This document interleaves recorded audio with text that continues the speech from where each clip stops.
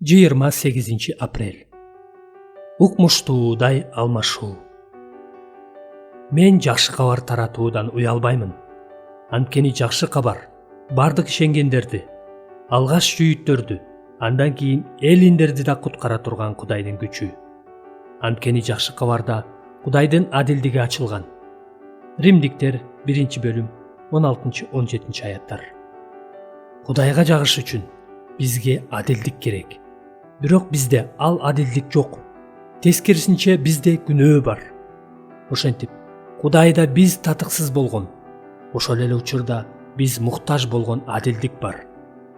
Ал эми бизде болсо Кудай жек көргөн жана ал кабыл албаган нерсе бар. Бул күнөө. Бул жагдайга Кудайдын жообу кандай? Анын жообу биз үчүн өлгөн жана биздин сотту өз мойнуна көтөргөн Кудайдын уулу Иса Машаяк.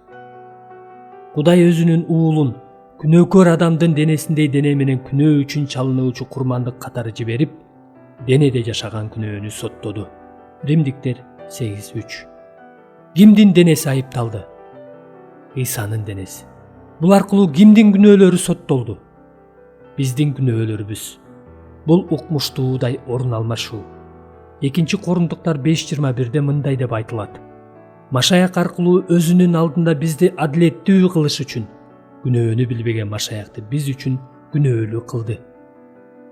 Кудай биздин күнөөлөрүбүздү Машаяктын мойнуна жүктөдү жана биздин күнөөлөрүбүздү Машаяктын өлүмү аркылуу жазалады.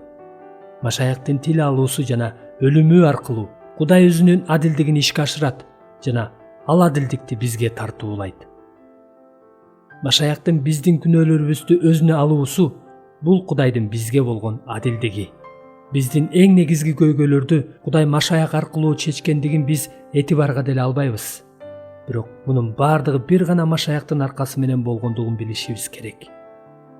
Сиз Машаякты аябай сүйө албайсыз. Сиз ал жөнүндө абдан көп ойлонбойсуз. Ага аябагандай көп деле ыраазычылык билдирбейсиз. Же ага көз каранды экениңизди көп деле сезбейсиз. Бирок биздин кечирилгендигибиз, акталгандыгыбыз жана адилдигибиз мунун бардыгы Машаякта.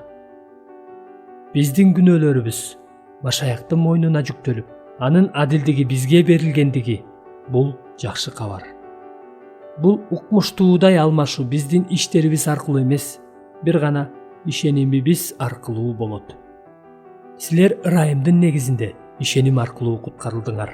Бул силерден эмес, бул Кудайдын белеги. Эч ким мактанбашы үчүн бул кылган иштерден да эмес.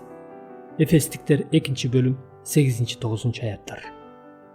Кыйынчылыктарды жеңилдетип, кубаныч тартуулап жана күч-кубат берген мына бул сонун кабар.